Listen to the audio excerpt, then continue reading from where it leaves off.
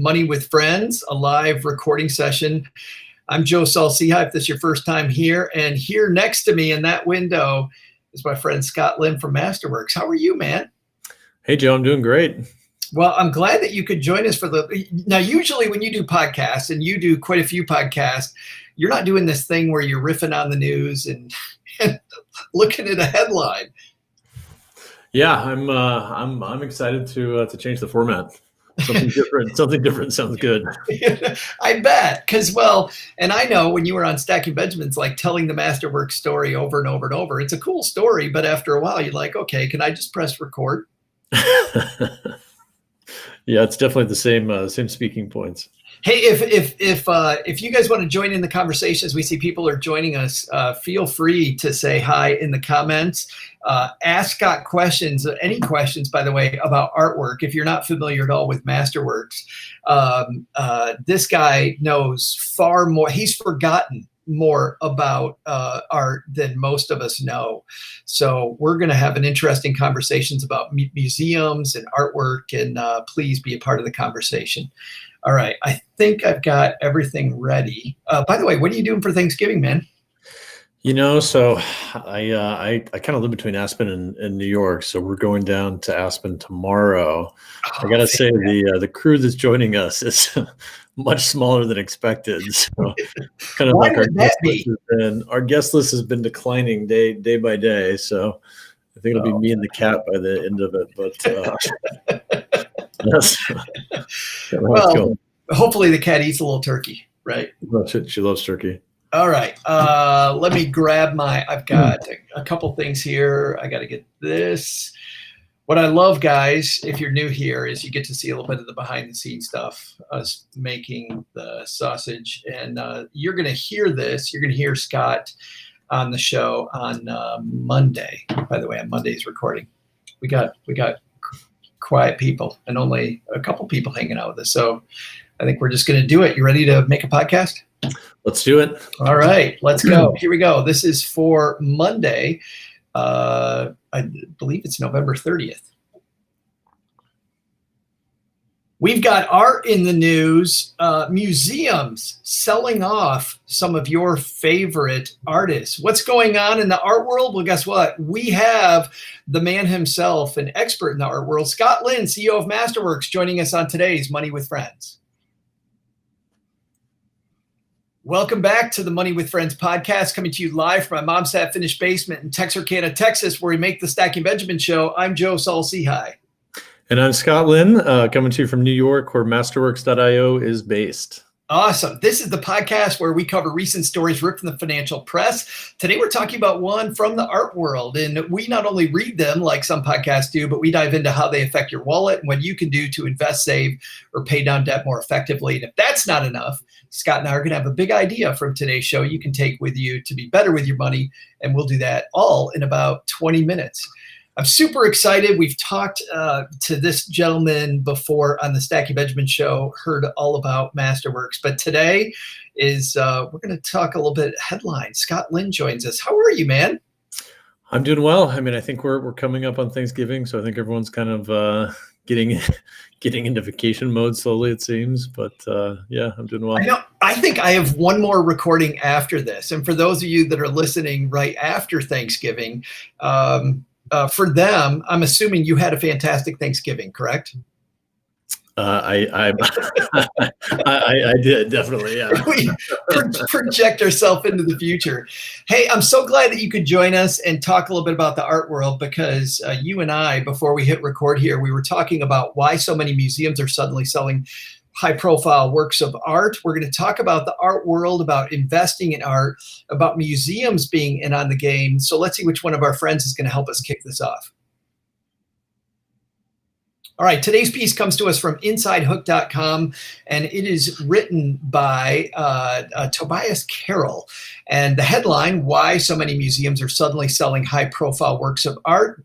Tobias writes, last month, you may have noticed a rapid-fire array of headlines pertaining to the Baltimore Museum of Art. Specifically, these articles focused on the museum's decision to sell a trio of paintings encompassing work by Andy Warhol, Clifford Still, and Bryce Marden, a process formerly known as How do you say that word, Scott? De-accessioning?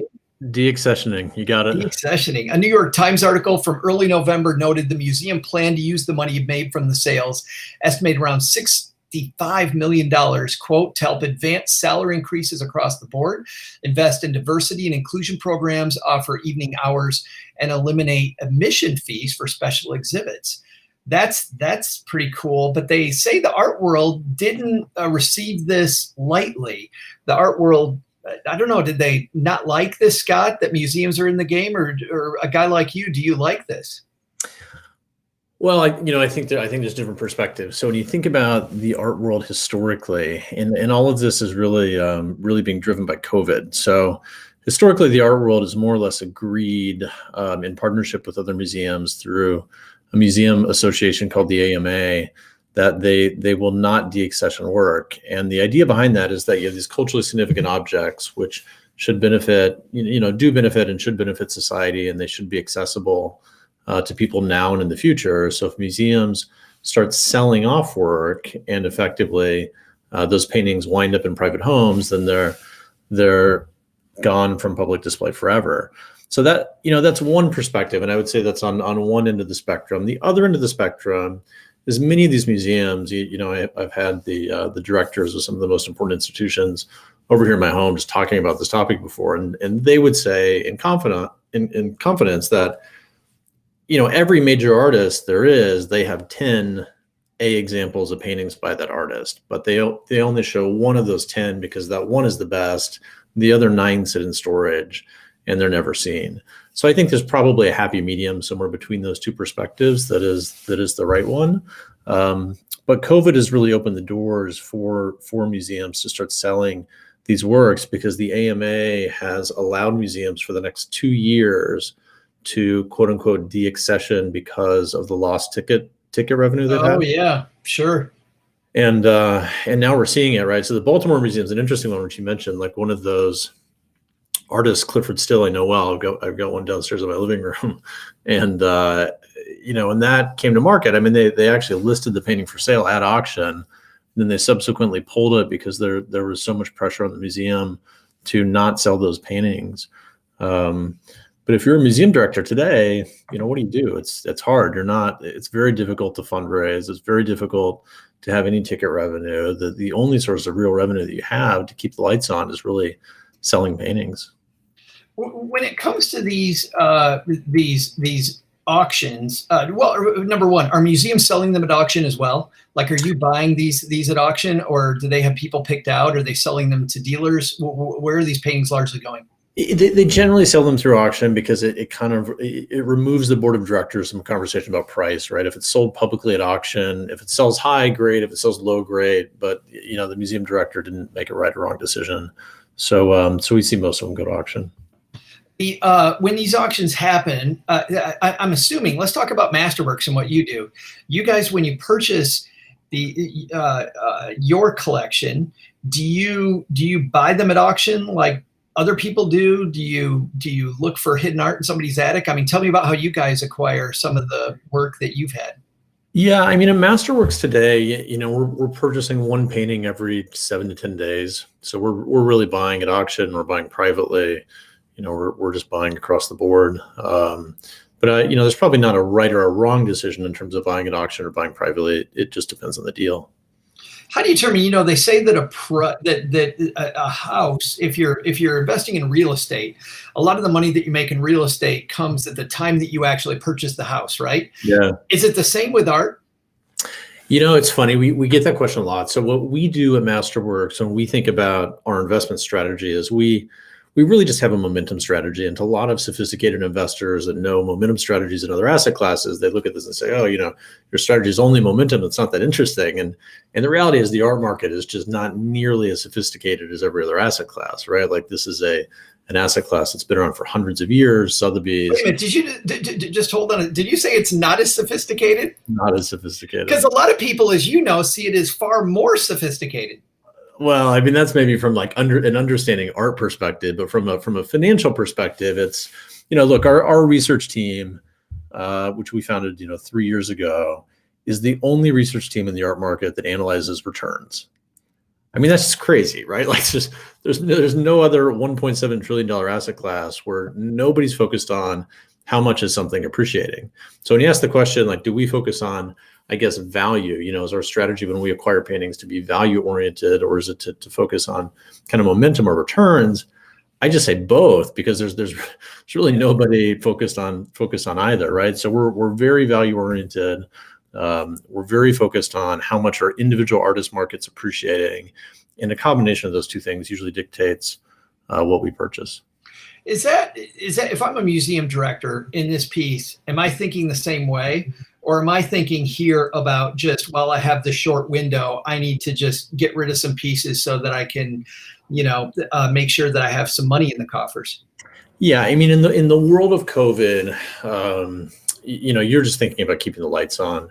And a lot of people don't appreciate this, but since museums historically have been restricted from selling works, even if you're the director of the Met, who the former director of the Met was friends with, he's still raising $100 million plus a year through individual fundraising every single evening. So it's a challenge, right? It's a fundraising game. So they now have the opportunity to sell these paintings. I think we'll see some great objects come to market that historically would probably never be possible. Well, and I'm wondering because if they really have just a short time frame, if that makes it better for people like you to come in. Like, is this a great time to find values? It's interesting. So we did work with Citi.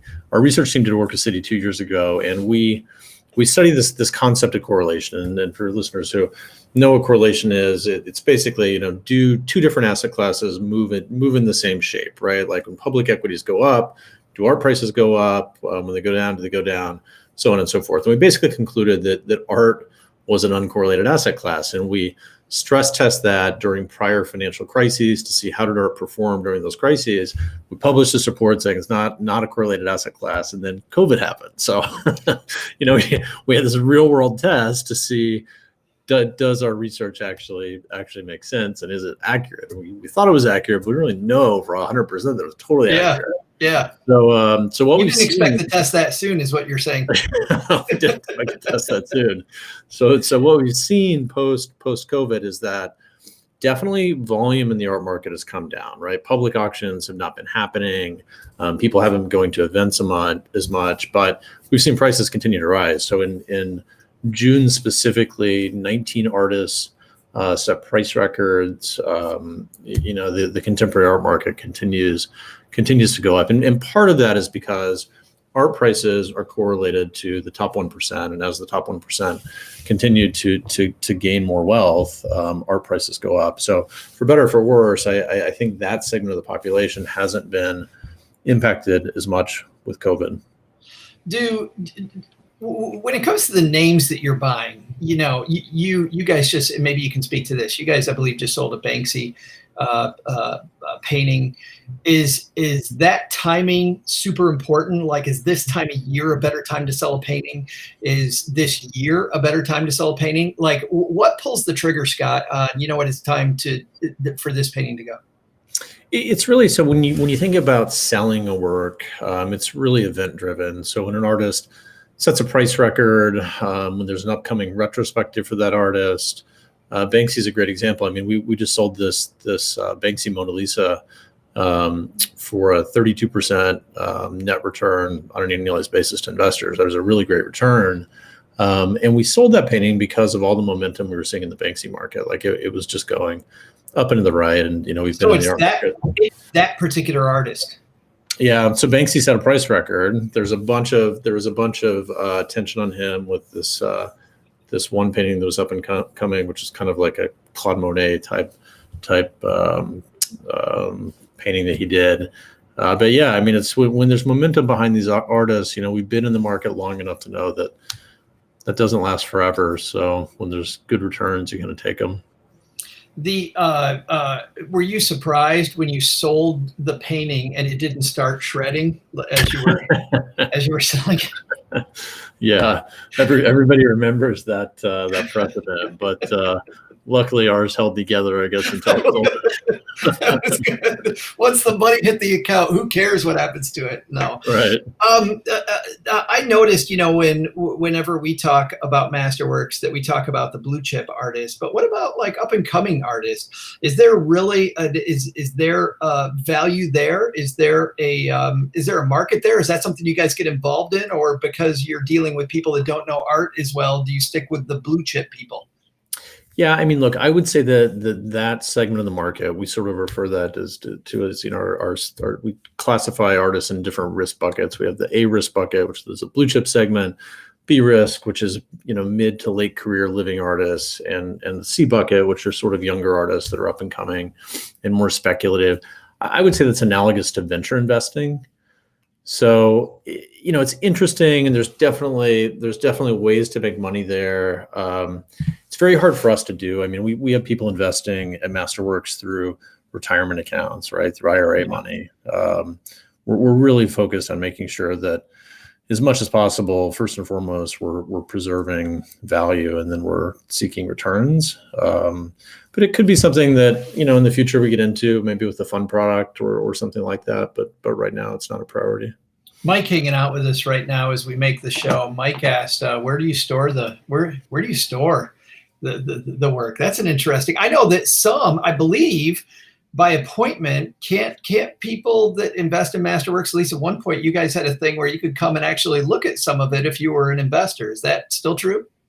Yeah, we still have a gallery in Soho at Broome and West Broadway. Obviously, that's might be a little different now. Yeah, it's a little different now.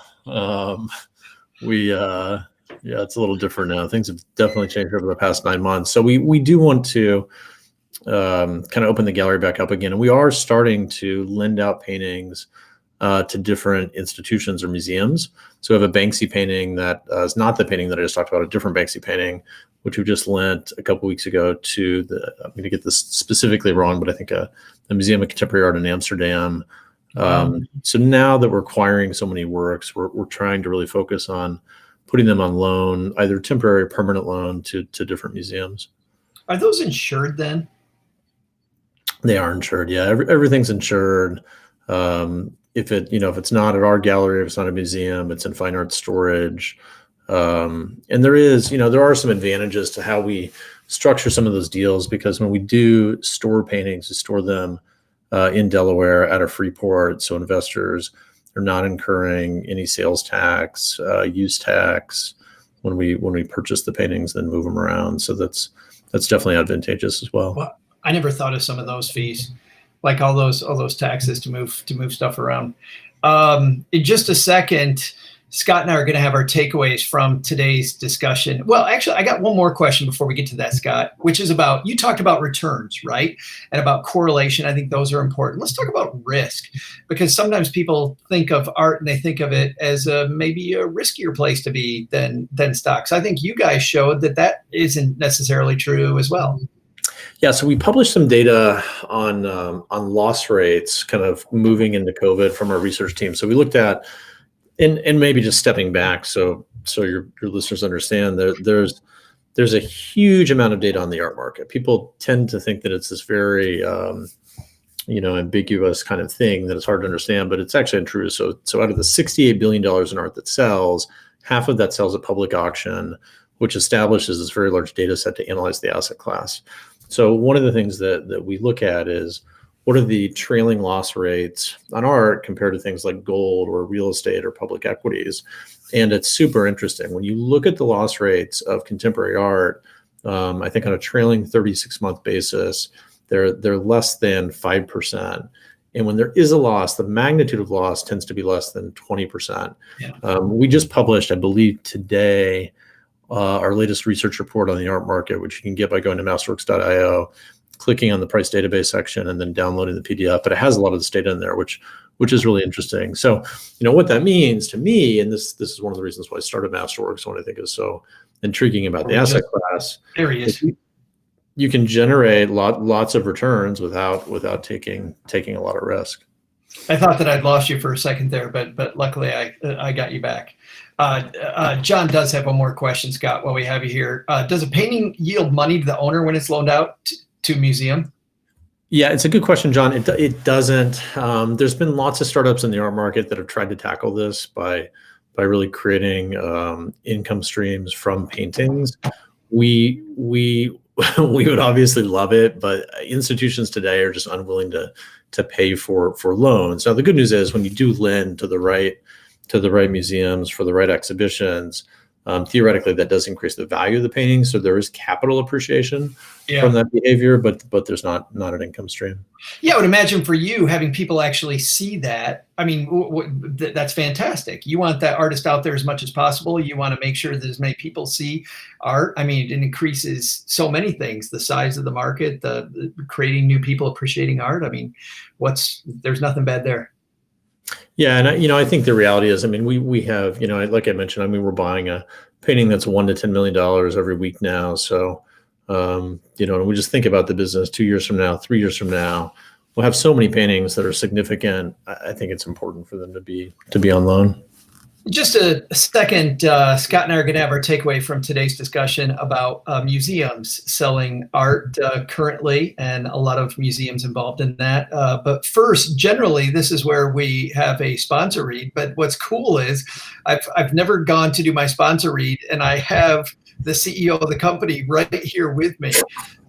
So let's talk about how Masterworks works, Scott, because traditionally, back when I was a financial planner, investing in art was difficult for the average person because of the fact you just mentioned you're buying a piece of art for between $1 million and $10 million.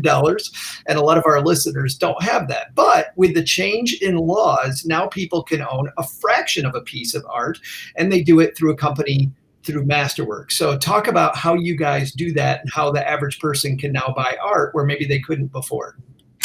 Yeah, look, so if you subscribe to this idea that art historically has been an outperforming asset class, meaning that contemporary art specifically has outperformed public equities, it's uncorrelated, then you can kind of believe in this idea that it has a role to play in any investment portfolio.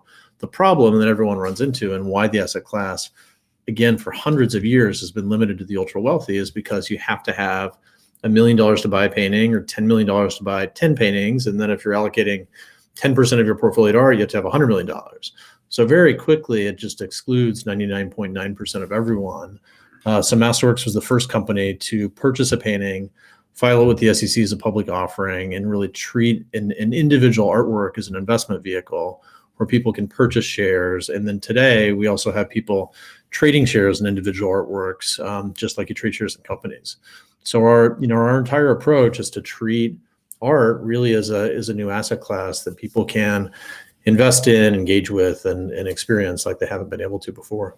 And people sometimes will say that they don't know a lot about art, and that's where you guys come in. You guys are specifically purchasing paintings that you track the industry, you track success of individual artists like we've talked about before, but also I know that you guys have professionals that will help people put together a portfolio so they can maybe not own one, but they own a diversified collection. How does that work?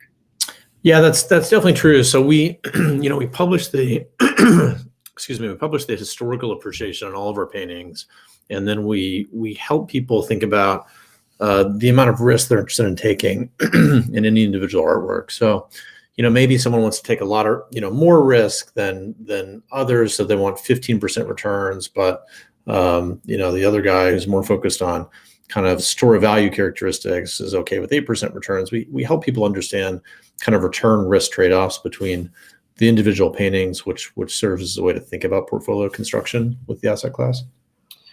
If you sign up today with promo code MWF, that's for Money with Friends, guys, you can skip the 25,000 person wait list to get first dibs.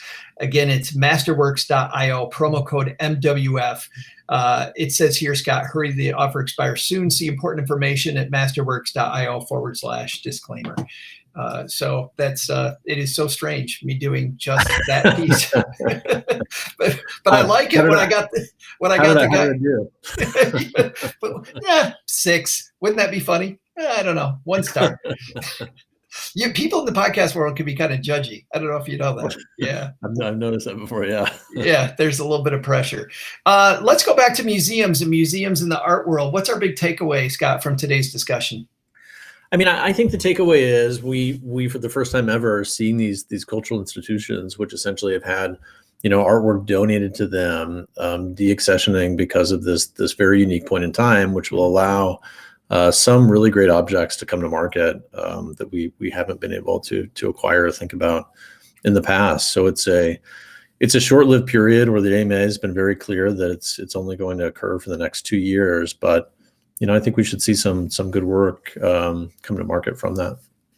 I think getting to what you said about artwork as an investment, my takeaway from this discussion for our listeners, actually, I'm not even going to talk about museums, Scott. I'm going to talk about that, which is this idea of correlation.